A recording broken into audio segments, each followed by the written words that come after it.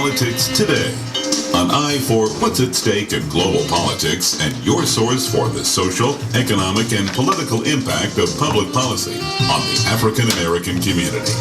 Your host, Kelly Michael Williams, is a political strategy veteran with an undefeated campaign record and the political experience that spans nearly 3 decades, from Mayor Willie Brown in California to President Barack Obama in our nation's capital.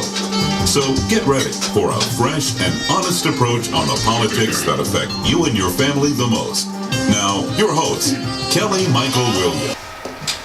Hello and good evening and welcome to the show. I'm your host, Kelly Michael Williams. I want to thank you once again for joining us as you do each and every week. And of course, we're looking forward to another insightful and thought-provoking show. And as we do with every show, before we get started, I first pause and thank my Lord and Savior Jesus Christ for this opportunity and this platform, for allowing me to be able to reach out to millions of listeners across the country and talk about what I think is important in terms of the social, economic, and political impact that I believe public policies can have on the African American community. In addition, I want to always thank my staff, the producers who support and put these shows together each and every week, as well as those who are my guests that we reach out to each and every week, and somehow, some way, they always say yes. And so I have to always thank them and appreciate them for their support and the time that they take out of their schedules to join us and to give us some insight and background into what we're doing. For those of you joining us on Periscope and Meerkat, we want to thank you for joining us. You can tweet your questions to us. Let us know what it is that you feel or what it is you want to say if you have any questions, or you can always call in at 202-652-0708. That's 202-652-0708. And please, for those of you who are listening on Meerkat or over the web at blackpoliticstoday.com or even on Bliss FM, please let us know if our volumes are up. I know last week we talked about that and you had some issues about hearing us, so I want to make sure that you can hear our guests as well as myself. Since 2005, police-involved shootings have increased each year, resulting in higher fatality rates. Moreover, unarmed African Americans have been shot and killed by law enforcement at a rate of 2 per week, 104 per year, nearly 700 since 2007, a figure that should make anyone cringe. And yet, many parts of society have decided that such killings have been justified, bringing about increased racial tension among friends, families, neighbors, and communities. Across Chicago, officers are 10 times more likely to shoot an African American than they are to shoot someone white. In 2013, Black Chicagoans accounted for 67% of the city's police-involved shootings, and last year, LaQuan McDonald was shot and killed by Officer Jason Van Dyke while he was skipping down the middle of the street. Van Dyke shot McDonald 16 times and was attempting to reload his service revolver and continue shooting, but another officer stopped him. I must note that 14 of those shots that LaQuan took, he took while he was already on the ground dying. The first 2 shots that hit him had him hit the ground, start convulsing, and this officer continued to shoot. LaQuan was carrying a knife. The blade was not out. The knife was in his hand, and he was at least 20-30 feet away from the officer. But this trend that we are seeing has been repeated more than 100 times each year. And tonight we discuss the magnitude of murder by police. I'm very excited tonight because my guests, they know all too often and all too much about what's going on, not only just in Chicago, but across this country. My panelist and first-time guest is Dr. Faye Williams. Dr. Williams is the National President and CEO of the National Congress of Black Women and former counsel to the U.S. Congress's District of Columbia Subcommittee on Judiciary and Education. She is a former professor at the International Law School at Southern University, and she's previously the Legislative Counsel and Chief of Staff for District of Columbia Council member. She's also a former teacher from my hometown, Los Angeles, and she was appointed by President Barack Obama to serve on the Presidential Scholars Commission. She's a prolific public speaker. She's appeared on numerous radio and television programs from BET, CBS, and CNN, Good Morning America, David Brinkley, C-SPAN, MSNBC Hardball, and now she can add Black Politics Today to her list of accomplishments. Not only that, she has been recognized as Ebony's 100 most influential Black American and Power 150. Also joining us is Detective Marq Claxton. He's a retired New York City police officer, served 20 years on the force in a variety of areas, from drugs to domestic violence, child abuse, and organized crime. Detective Claxton was promoted to detective second grade in 2001 and later retired in 2005. He currently serves as the Director of Public Information and Political Affairs for the Black Law Enforcement Alliance, and he too is a first-time guest, and he's appeared also on MSNBC, Court TV, Fox, CNBC, and of course now Black Politics Today. And finally, our Black Politics Today contributor, Tom Morris Jr., former White House press corps. He's also the international and domestic security consultant at the State Department previously, and he's been seen on Dateline Crimes with Tamron Hall on IDTV as a crime expert. He's also appeared on TV One's hit Fatal Attraction, and for nearly 2 decades we've watched him hunt down dangerous fugitives on America's Most Wanted. So please help me in joining all of our guests and welcoming all of our guests to the show. And I want to say thank you all for coming tonight and joining us. Thank you. Thank you.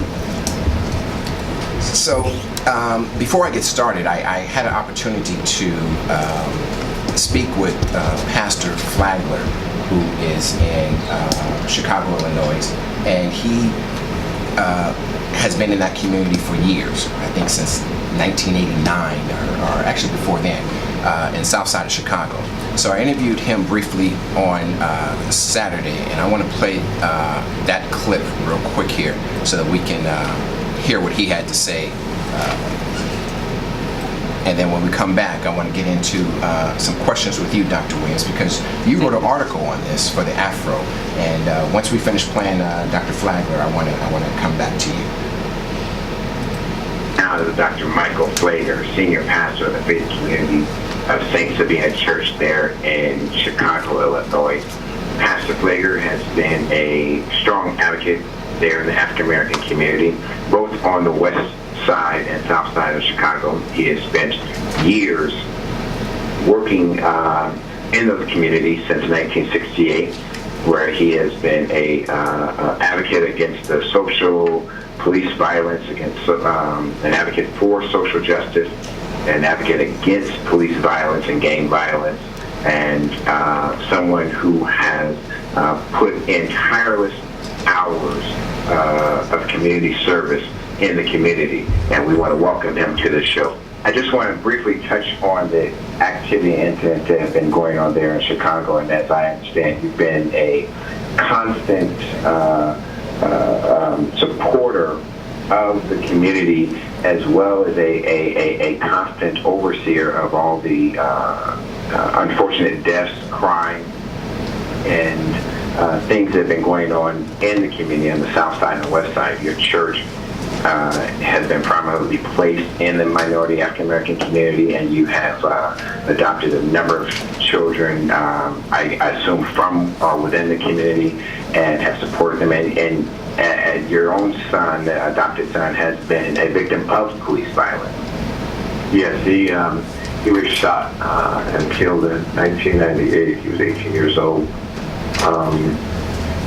Standing on a corner with a couple of friends eating some chips about 4 o'clock on Saturday afternoon, and there's a group coming down the street shooting backwards and caught a bullet in the neck. That was on Saturday, and he died on Monday morning. So talk to our listeners about the tragedy of LaQuan McDonald and how this has impacted or continues to impact not only just the city of Chicago, but across the nation, but your community as well, and the efforts that you're trying to put forth to stop violence across the board, but especially police violence against the children and kids there in Chicago. Well, 13 months ago, LaQuan was murdered by a police officer. Then he was lied on by the Federation of Police, the union spokesperson, Pat Camden, came out and said the fact that he was launching towards the police officer with the knife. The police officer felt threatened, and then they shot him. Shot him 16 times. This has been going on for 13 months. The state's attorney has failed to file charges on this police officer. The federal U.S. Attorney's Office and the FBI, who also had the case, have yet to file charges. And when a freelance reporter went to court to force the video of this murder to be released, then all of a sudden, the day before, the state's attorney files charges, and now the video is seen. And we watched this child was walking away from the police. His knife was not even open, and he was shot on the ground, falls on the ground, and continued to be shot till there were 16 bullets in him. And the question remains that, well, there were 5 other police cars there. What reports did they fill out? Did they conspire with this lie, or in fact, did they tell the truth? And if so, why are we waiting 13 months to have charges filed? And I think the uproar in the community is not only the murder of LaQuan, but the constant cover-up. And it's very hard to tell people, just trust the system will work, go through the system, follow the system. The system is not working. This is another proof of it, and another lack of trust in the system. And so the anger has been the last number of days. We were out Tuesday night. People were out Wednesday and Thursday, Friday. And then, of course, yesterday, Black Friday, we shut down the Magnificent Mile to try to do an economic impact, because seemingly the only thing America seems to listen to, as Dr. King reminded us back in 1968 when he was killed, is money. Exactly. And this seems to be a constant routine with, from what I understand, the Chicago Police Department, but a number of police departments across the country. Because there was an incident, I guess, not too long ago, where I guess another police officer is now being disciplined or being possibly fired because of he too. And you bring up a good point about the number of officers that were there before who never pulled out their weapon, never shot, but they too are complicit with the cover-up. How does Chicago deal with that? Because now that trust that you speak of is no longer trustworthy. Right, and I think the trust has already been broken for some time. It's gotten worse, and at this point, it's almost non-existent. And why should there be? The other officer you mentioned, Dante Servin, who killed Rakia Boyd, not until this same week, there's charges being brought now to fire him from the police department. This Dante Servin and this Van Dyke were both on payroll with the city police department. Their badges were stripped, but they were getting paid for desk duty all this time. Why? The police board has suggested a couple of months ago, to fire Servin had not been done yet. And of course, Van Dyke has been 13 months in this case and getting paid. Why were charges not fired? And so I think the community is saying, enough. But also, I think, is saying now we want a federal special prosecutor to send in to see who knew what and for how long. And anybody that wasn't part of this cover-up should be fired. And real quickly, before I let you go, the mayor said that he did not see the video, but yet he signed off on the $5 million settlement agreement that they provided to LaQuan's family prior to any charges being filed, and prior to their family even filing a lawsuit. The city came to them and settled with them for $5 million. What do you think are the dynamics of that? Did the mayor really not see that, or did he see that? Would he not have to see that film before he signed off on the $5 million? Well, I think that from the community standpoint, there's really a disbelief that one would sign off on a $5 million without seeing that video. Also, the question is, why didn't the aldermen see that video, or did they see the video? So that's why I think at this point, because we can't answer that question and don't know, and the mistrust is there, it's doubtful the folks would sign off on a $5 million settlement without having seen the video. So I think what needs to be done is having a special prosecutor that summons all the aldermen, the legal counsel, the mayor, the police superintendent, everybody needs to be brought in to say who knew what when. And if, in fact, people saw it and sought to cover this murder up, then they need to be held responsible, and that goes across the board. I want to thank Father Pfleger for that interview on this past weekend. And Dr. Williams, the two of you had a sentiment that I have to agree with, and you're very passionate about it, is that LaQuan McDonald was murdered.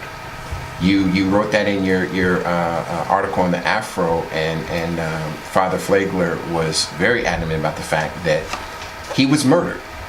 And the passion of realizing that this police officer has been on payroll for over a year, he has been brought to justice, and only because the video was going to be released that the state's attorney decided to bring charges or do something. Has the very institution that was established to protect us as in law enforcement, to protect life, now become the biggest game killer of life? Absolutely. People will do to you whatever you tolerate, and I was glad to hear Father Pfleger, who, if your listeners don't know, is not a black man. No, he's not. But speaks very passionately about this issue, just as I would as a black woman, and representing many mothers who have gone through this. Jordan Davis's mother, Michael Brown's mother, yeah. Just so many have gone through this. People will do to you whatever you tolerate. And I'm so happy to see the young people in Chicago not tolerating it. And as Father Pfleger said, just going to economics, that's the issue we've been trying to get our people to go to for years and years and years, that is the one thing that the system understands. And the system will protect whatever it values. All right. And it values not black life, but it values what white people think is right. And of course, in this case, the value of white people is protected by police and by the judicial system. Charles Blow wrote a wonderful article in the New York Times today, and he talked about that, how the system, protects what it values. And we have to understand that we are not valued, and we have to stop doing business with people who do not value us. Because if anybody can get a police department to straighten up and fly right, as it were, it would be the people who own the businesses in a city. And as Father Pfleger said, they did the right thing by going straight to the economics. They did it without violence, and I know there are some people who use violence, and when people don't feel that they're being heard, that's what they do. That's what happens. But I'm very proud of the people who can make their point, as they have made, not just to black people this time, but to white people as well. This cannot stand. We cannot continue to do this. We've seen too many of our lives taken away, and that's why it's so important for the young people who are continuing the movement of Black Lives Matter. And we've got to help them. We've got to keep it up, because it's not just Chicago. We've seen it in so many places across this country. And it is time now, not only for young people to stand up, but for all of us in other generations to do something. And I write every week. I write because I want to teach our people about what they can do. I try to end every article with something we can do. And so I write for a wire service, Tri-Sydney Wire Service, and I have never missed a week. I've never missed a week of writing in over 3 years now. And I'm glad to see you read my favorite newspaper, The Afro. I do. So Detective Claxton, Marq, 20 years on the force and doing you have two law enforcement officers sitting in here. So Tom is a former law enforcement as well.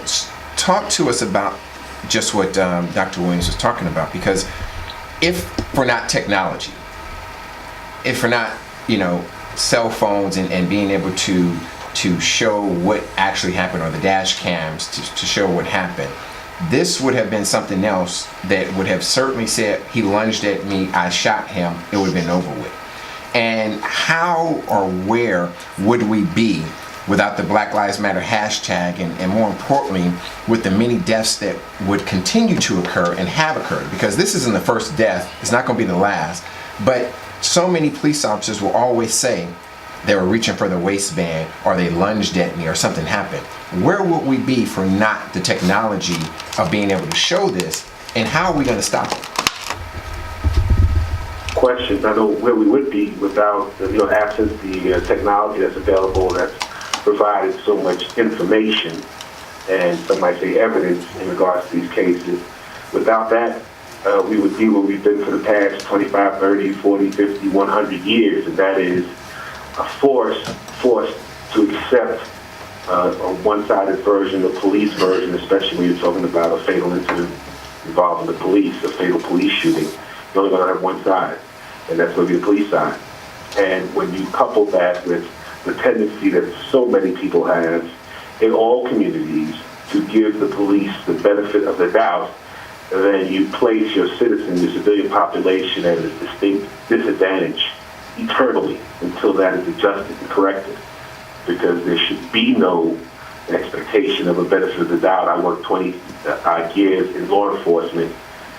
When I was sworn in, I didn't anticipate or expect this benefit of the doubt. Of course, I wanted the laws to apply equally and fairly to all people, and that includes police officers. Until we get to the point where we challenge individuals who choose to lionize police officers and make them into larger-than-life figures and not individuals with their own frailties and weaknesses and problems and issues and prejudices, etc. Until we get to that point, until we get to the point where we then demand much more from what should be a professional law enforcement agency or entity, until we get there, these things will continue. And my concern, and it's been proven out over the years, is that even with the technology that is available, and even with very clear, crystal clear videotape, sometimes the police officers are still given the benefit of the doubt, not only in the lackluster prosecution when there's an opportunity to prosecute them, but also subsequent to their acquittals, which we've seen nationwide. And that's with or without videotape. Same issues exist, the same concerns exist, and that's why it's important for people to demand much more from the law enforcement professionals. You should demand professional service from law enforcement professionals. Just like we get from anyone else. And Tom, so he actually said something that I was going to ask, and I was going to really come back to, is that they always talk about we need more training, we need better training, and training is going to help us be able to deal with, having a white officer come into a black community to be able to deal with this issue, and if he lives in the community or if he's around, he's better able to deal with that. But is training really going to be the answer if I already have a predisposed thought, or I'm predisposed to what I believe you are all about when I see you as African American, and what I think you're about because I see your pants sagging, or because of your tattoos or whatever else it is? Is training going to satisfy my reaction to you? Not if you're a bad cop at your very core as a person. And in this case, if you look at Officer Van Dyke, this man had 20 complaints against him for excessive force and various other misconducts, right. And he was still on the force on the street. There were other officers present at the scene before he arrived. Exactly. And they had not fired a shot. No. Even after he started shooting, which sometimes that will cause the other officers to begin to shoot too, because they think maybe he's reacting to the first shot coming from the suspect. But that didn't happen here. And one of the things that you're taught in deadly force training is that a shot that disables the central nervous system is the one that drops a person to the ground immediately. Most of the time, it's not like on TV when the movies when people get shot and they just drop. No, they typically don't. But when you saw LaQuan McDonald drop, that first shot was a lethal shot, and it dropped him even under the influence of PCP. It dropped him immediately. And then to shoot him 14, 15 more times was just extraordinary to me. I couldn't understand it. And Chicago is a great city. But he was reloading. He was about to reload and shoot some more. And it was only his partner who stopped him and kicked the knife away. Yeah. Chicago is a great city. It's one of our great cities, but it also is a microcosm of some of the greatest problems that we have in this country. This is the same city that between 1972 and 1991, in Police Area 2, they call them police areas there as opposed to precinct or district. Right. Police Area 2 was run by a detective commander named John Burge. John Burge literally ran a torture squad that tortured over 200 suspects into confessions, many of whom were innocent, who ultimately had to be pardoned by Governor Ryan, which led to the moratorium on the death penalty in Illinois, because they found that this one rogue precinct and his men had railroaded people to death row even. And for that, it took another 10 years to try him, and he only got 4 years for obstruction and perjury. Dr. Williams, Yes. when we look at this political race and things that are happening right now politically, you got Donald Trump running around using racial epithets and words and things towards Latinos, African Americans, Muslims. You got a Pennsylvania police chief that sends out an email using the N-word and a reference to African Americans. You got the Cleveland Police Department, who justified 105 police officers shooting one man and a female unarmed in their car 55 times. You got Missouri justifying Michael Brown's murder. You got not South Carolina, but New York justifying Eric Garner's murder. You got the BART police in California justifying Oscar Grant's murder. And then you have this presidential candidate using the racial slurs, doing the things that he's doing, having no backlash. There has been no backlash. He's still at the top of the ticket. And the actions of these white police officers, are we just reinforcing the reality that America is not a post-racial society, but a racist society? Well, absolutely. We've seen so many things that would tell us that recently, whether it's the murder of all the people that you've mentioned, and they were murders, even though no one maybe was charged in all of them, no one may have been convicted. And we have to remember that Van Dyke has not been to trial yet. He has not been convicted. So we have to be concerned about whether he is going to be convicted. But I think ultimately that's what's going to help some of these police officers change when they see that they too, can go to jail, can be held accountable for all of these murders, and many of them have just not been held. And this goes all the way back to, the days of slavery, when people just did things to us, and there were no repercussions. Even many of us didn't speak out. There were some very strong people who did, but not often. But again, I say that people will do to us whatever we allow them to do, and even if law enforcement and the judicial system does not take care of it, we have to begin to take care of it by where we shop, where we do business, and whether we speak out or not. Being afraid and not speaking out is not the answer. We just need more of us speaking out against these kinds of things. And some of these guys, they need to get the death penalty just like we would get the death penalty if we did. Go ahead, Tom. Absolutely. There was something very clever done in the bringing of charges against him. He's the only cop in Chicago in 35 years to be charged with first-degree murder. Right. And that was a very calculated charge, in my opinion, because a jury is going to have to prove, beyond a shadow of a doubt, that he basically, the second-degree murder charge would have been more balanced and nuanced for what we saw. Right. And if there is no secondary charges, that level and that malice of forethought and that intent is going to be such a high bar to achieve. There's no way they're going to get there. I mean, because you're going to have to, and unless they are going to be able to use previous bad acts, testimony with of other cops and things that was going on to be able to reach that. So, Detective Claxton, how do we, 20 years, been there, how is that going to play out? Because there's also this code blue. There's this surrounding of this officer where other officers, didn't necessarily write anything different in their reports. They sort of went along with what Van Dyke said. He lunged, even though the camera shows he lunged. I mean, even in that video, it shows one cop pulling away, and the other cops they're still in their car, dealing with him, watching him walk down the street. So What's going to happen, Detective? So on what Father Pfleger has mentioned, and Dr. Williams has even mentioned, that is, there has to be an examination of what appears to be a conspiracy.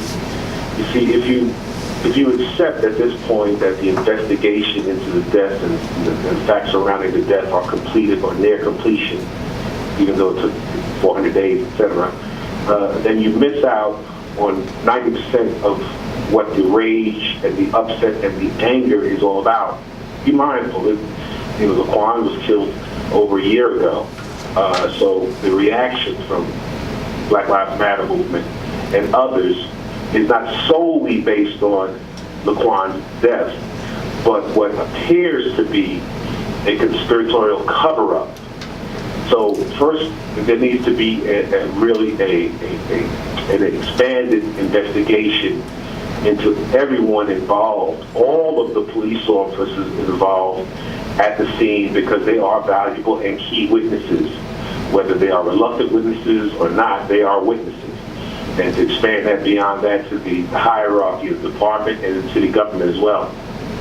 And the other, because there's going to be other dash cams, there's other dash cam video, are supposed to be. I know they said that two of the cars was inoperable, and one of the other cars, I think it was the car of Van Dyke's, I guess that was operable. And I think, did they have body cameras on, or they weren't working, or they didn't have those either? And that's part of the problem, is that there are so many outstanding questions that are yet to be even addressed. And I'll throw another one in, and that is the missing 87 minutes of the Burger King, the videotape that was at a Burger King restaurant, that subsequent to some Chicago investigators or police officers entering there and examining it, the manager indicated that it was erased. So there's valuable evidence.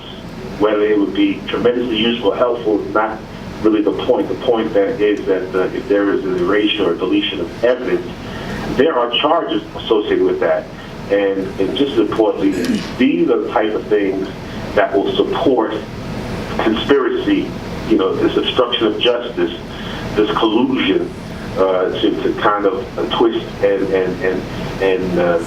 defile that which has been done even legitimately. So there are a lot of huge questions. This case and the subsequent prosecution is a complete uphill battle, and people have to be mindful, given the history, even with cases involving videotape.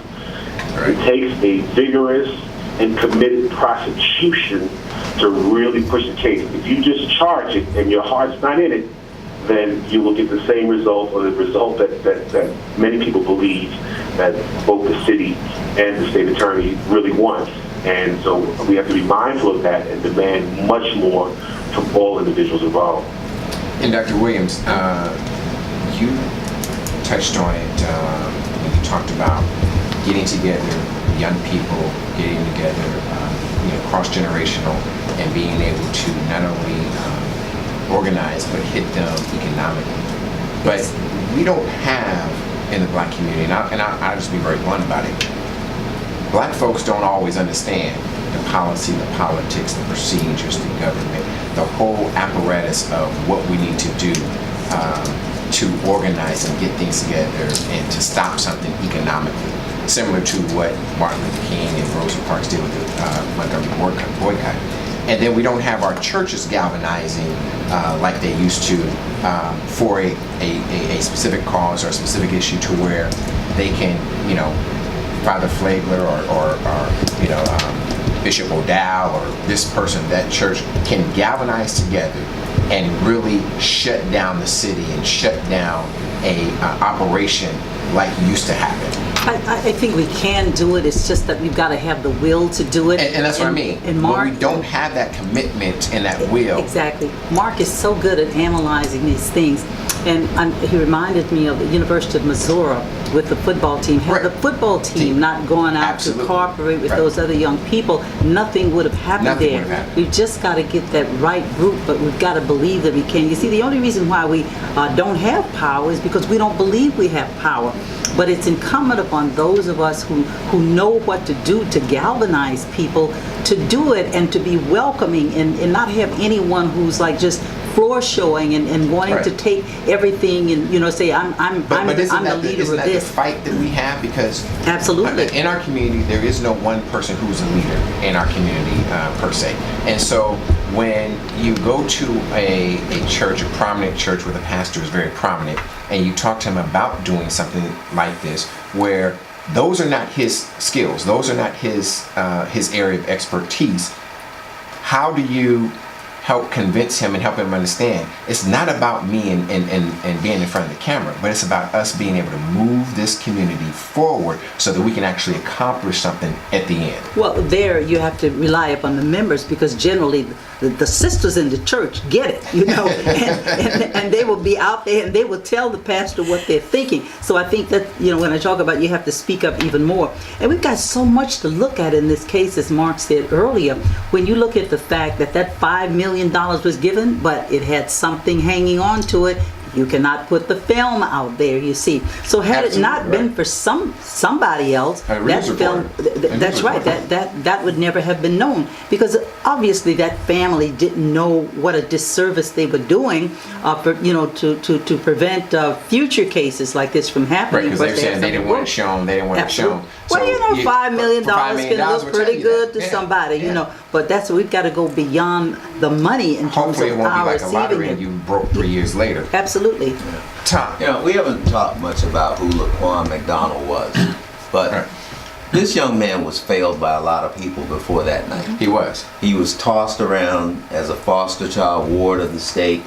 Apparently he was a very kind kid, got A's and B's, and he was now enrolled in a school that was going to be beneficial for a child with his issues, and he was doing very well.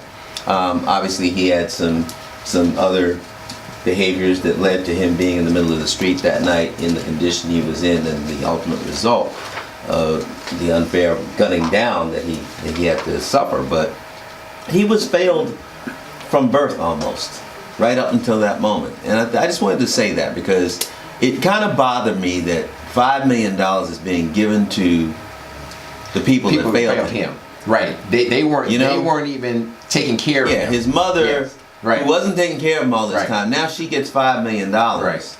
And it just really kind of pissed me off when I realized the full gravity of the whole situation of his life. Right. And yeah, well, hopefully the if mother. I can, if you examine that and what Tom said, you realize that in the eyes of a brutal, over-militaristic, heavy-handed enforcement, sneaky, sly, cunning, whatever you want to call it, law enforcement apparatus, LaQuan was the perfect victim. He was the person who could really, in essence, be disappeared and have very little interest, they thought, or very little attention, they thought, or who would care? Because LaQuan had this difficult life and these trials and tribulations, etc., and had been failed by the peers, not only family, but by systems. And so those systems realized that they could do that. They could cover up a story if they chose to. They could give you minimal information on an incident involving a fatal police shooting if they chose to. They could do that with LaQuan because in the eyes of that apparatus, LaQuan was the perfect victim, they thought. Mark is absolutely. And he, being on PCP, being on the South Side, they could have justified, well, yeah, he was on PCP, so of course he was acting erratically, of course he was lunging, of course he was doing all these things. But had it not been for that reporter saying, release the evidence, release the video, release the dash cam video so that we can see it, and the judge saying, yes, do that, and it took a year for that to happen, we would not be here talking about this. It would be something just that got swept under the rug. And yes, Dr. Williams. And that exactly points out one of the differences in how young black men are treated and how others are treated.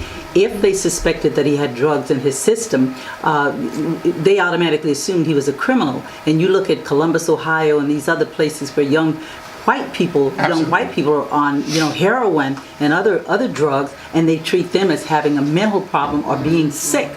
Even the gentleman, the man the other day in Colorado Springs, they didn't say that he was a criminal. What they immediately said was, oh, he had mental problems. You Exactly. see. It's always the case in white defendants. They have a mental issue. They were a loner. They were recluse. They didn't talk much. They didn't interact with people. But anyone black, he was a thug.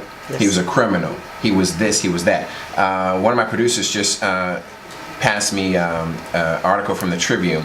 The Chicago cop free after posting $1.5 million bail in LaQuan McDonald shooting. So he's out. He's out. Now, how is it? And this happened in God, where else was it? South Carolina. South Carolina. It happened after. It happened with George Zimmerman. It happened with Zimmerman. People put up $200,000. We are never released on bond. Never. I don't know, and it's not even a point of bond being offered and we can't come up with the money. We're never even given bond. You mean on murder cases? Exactly, in murder cases. We're never even given bond. Yeah. And how is it? That speaks to the perception of black people. That speaks direct to perception. Like bond, let's, be honest about bond is set, based on the individual's likelihood to show back up in court, make the court appearances, and or their level of threat. And this is really just breaking it down simply, their level of threat to the community, a possible level of threat to the community, or whatever victims there are. So, but if you perceive a certain group of people as being more threatening just by nature, your tendency is to either have that bond as high as possible or no bond, because just based on the fact that they are black. But detective, we're talking about murder. I mean, murder has, in essence, always been, for me, no bond. I mean, and unless it's manslaughter, unless it's, second degree, he is charged with first degree murder. How do you get bond for first degree murder? That means you premeditated. Yeah. That means that you intended to kill. That means that you went after this man and he is given bond. And all they did was put up his house for him to get out. He didn't put up no money, and because I'm sure it didn't say it was a cash bond. So it's like, how does that happen, and how and why does it always happen when it's a black victim? Yeah, because if you feel Spectre and you shoot a woman in the face in the foyer of your mansion, you get to stay out on bail till trial. I mean, it's like, okay. I mean, come on now. So it's exorbitant, under certain circumstances, and they make it so that really you can't post, your bond or your bail, etc. But those are the factors supposed to, to really apply and be, relevant when determining the level of bail or bond. I know Dr. Williams is an attorney, and maybe she can speak to that as well, but that's what it's supposed to be like. But the reality of it is, automatically, the black is more threatening. Identical crime, same situation, same economic situation even, you'll find, and there have been studies to support this, that bail or bond is much higher for black perpetrators. That's just the way it is. It is. And Tom, you got now these kids these police resource officers in schools. Mm-hmm. You got them in schools, and then we had the issue, we talked about it on the show with the cop who slammed the child, 14-year-old across the room and took them out and they were charged. And they were charged, for, they were under arrest.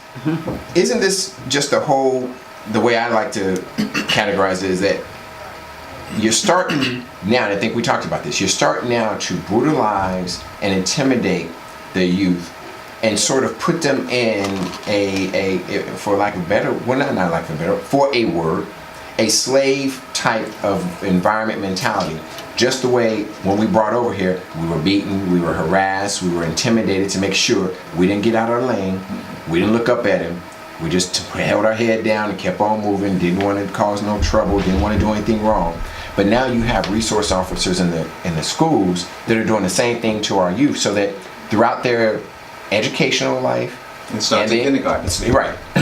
Disproportionate suspension starting kindergarten. Exactly. Right. And it's already going all the way through to where now they're already intimidated, they're already upset, they pissed off, they're agitated, they're, on short fuses because they're expecting something to happen. Mm-hmm. It's just tragic all the way around. I mean, I'm growing up in the 60s during the Civil Rights Movement. I really did not think that in the year 2015 that things would be the way they are. The way they are. Despite the fact that we've had tremendous strides of African Americans in the White House for 2 terms, unthinkable in 1963, really.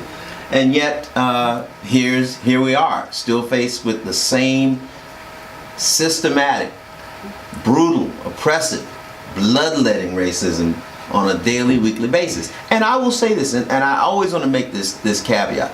99% of all police officers will never fire their gun in their career. You know, I don't like just blanket indicting all police, because most police are never going to shoot anyone. But there's always going to be a percentage who, given power in any field, in any job, given power over other people, will wield it in the wrong way. And when you're a police officer and you wield your power in the wrong way, people can die. Right. You know, Dick Gregory is a real good friend, and I'm sure all of you know Dick Gregory. And he said to me when Barack was first running for office, you know, some white people are going to go crazy when he's elected. And then before he was he said, and they're going to go absolutely insane when he's reelected. And that seemingly has come to pass. But you know what, I think we black people have got to come together and come to our senses and kind of shun people like those who blame us for what happens to us. Because you know, we got a few. We've got some crazies running, or a crazy running for president right now. And we allow things like what Donald Trump is doing, what Chris Christie, what all of them are doing. We would expect our brother to be there defending against some of the things that they're saying, but he is right there in the middle of it. So we have to kind of, you know, shun people like that and bring other people together. And we got to have our people understand that God's only going to do so much for us if we're not going to get up and do something for ourselves. Right. Yeah. So we've got to come back to that and understand, you know, that God is not going to do everything, as you said. We got to get up and we got to do something. We got to come back together and love each other the way that we used to in the civil rights movement. We cooperated with one another. There were a few snitches and stuff then, right, but not enough to stop the civil rights movement. We got to have that kind of movement again. And there has to be something that pulls our community together.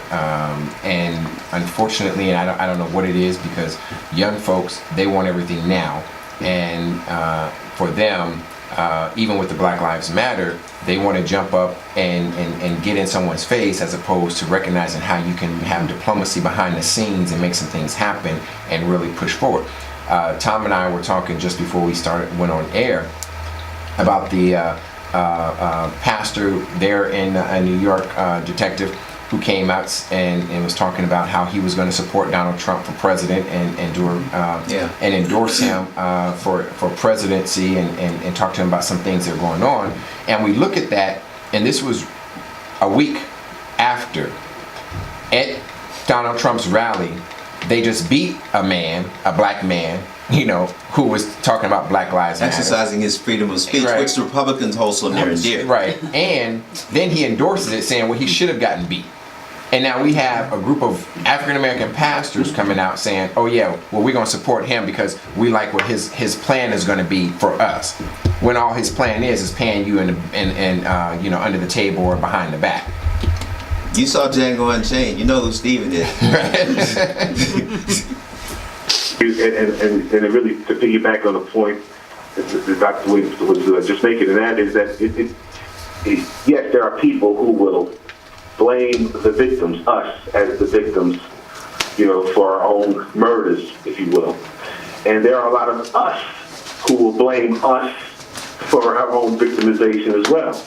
You know, I can't tell you how much I listen to a lot of talk radio, and I've done some interacting with people, etc. But it's amazing how many people in our own communities will, as well, blame the victims or say, "Well, he should have just listened," or "Oh, he shouldn't have been high," or "He shouldn't have been there," or "They just," you know, there's a lot of that internalizing the victimization that goes on in the communities. But I will say that the thing that I believe brings us or galvanizes us as a people are these moments, are these true tests, these tragedies.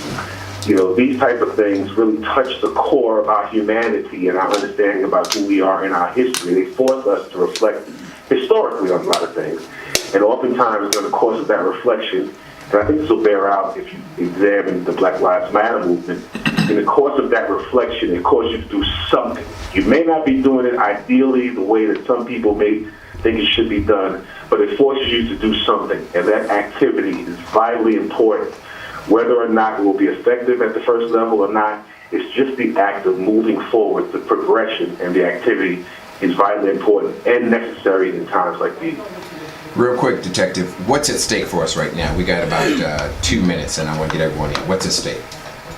What's at stake for us, in plain terms, is our freedom, is our liberty. Those things that many of these, crazy right-wingers will be shouting and stomping about, well, that's at stake for us. Because until we get to the point where we understand that there has to be a tremendous shift in the paradigm of law enforcement in this country, there has to be standardization, increased standards, etc. Until we get to that point where we demand those things, we will always be in the trick bag, waiting for the next shoe to drop or the next prison cell to open up for us. The school to prison pipeline is very real, but there are many other pipelines and traps along the way, and it directly relates to the manner in which we've accepted law enforcement in this country. Dr. Williams, what's at stake? I think our survival is at stake. Each one of us has got to understand that we have a responsibility to help those who cannot help themselves. And even if we can only take one child and be a mentor to that child, then that's important for us to do. I think everybody can do something. We've just got to decide what it is. And then we've got to decide what our goal is and not worry about who's going to get us there or how we're going to get there, but rather what our goal is and start moving in that direction. How can people get in contact with you, Dr. Williams? We are the National Congress of Black Women.